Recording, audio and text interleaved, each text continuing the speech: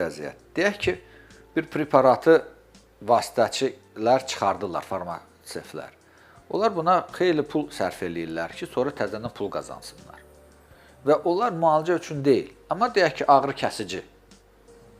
Biri 5 qəpiyə buraxır, biri 10 qəpiyə, biri 1 manata, biri 10 manata, biri 1000 manata, biri 10.000 manata. Deyək ki, 10.000 manata buraxılan ağrı kəsici hesab olunur ki, daha yaxşıdır da, düzdürmü? Amma son nəticədə onun effekti nədir? Sadəcə keyfiyyətli ağrını kəsmək. Düzdür? O nədir? 1000 manat verdin, sağaldın?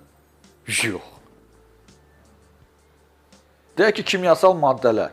Əvvəlcə deyirlər ki, bu adi kimyadır. Sonra adını marketinq gedişatı qoyurlar, ağıllı kimya. Sonra adını qoyurlar target, hədəf. Nə bilim, sonra nə, sonra nə, sonra nə. Onlar nəyə xidmət edir hamısı? Bir dənə preparat var, 120.000 dollardır. Güya nə qarır ki o? Heç nə deyiləm. O 3 qəpilik eləyəni bu deyilir. Eyni ağrı kəsicidir, eyni baş aldatmaqdır. Eyni müfəqqəti tez bölünən hüceyrələri yığışdırmaqdır.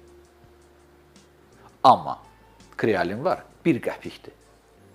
Onunla neçə, mənim elə bir ki, 100.000, 1 ilə 100.000 xəstədən 90.000-i düzəlibdir. 10.000-i düzəlməyibdir, mən bilmirəm niyə düzəlməyibdir. Statistikam yox, tədqiqatım yox, filanım yox, o birisi yox. Kimsə də bir maraqlı deyil bunu eləməyə. Amma bir var ki, 1 qəpiklik dərman, hansı ki 100% xeyirlidir, amma ziyanlı deyil də, belə deyək ki, zəhərləmir. Amma ya xeyir eləyəcək, ya xeyir eləməyəcək. Bir var ki, 1 qəpiklə risk eləyirsən, bir də var ki, 100.000 dollarla risk eləyirsən. 100.000 dollar verməyib 98% tələf olunur, 1 qəpik verib cəmi 10% tələf olunur. Hansı yaxşıdır?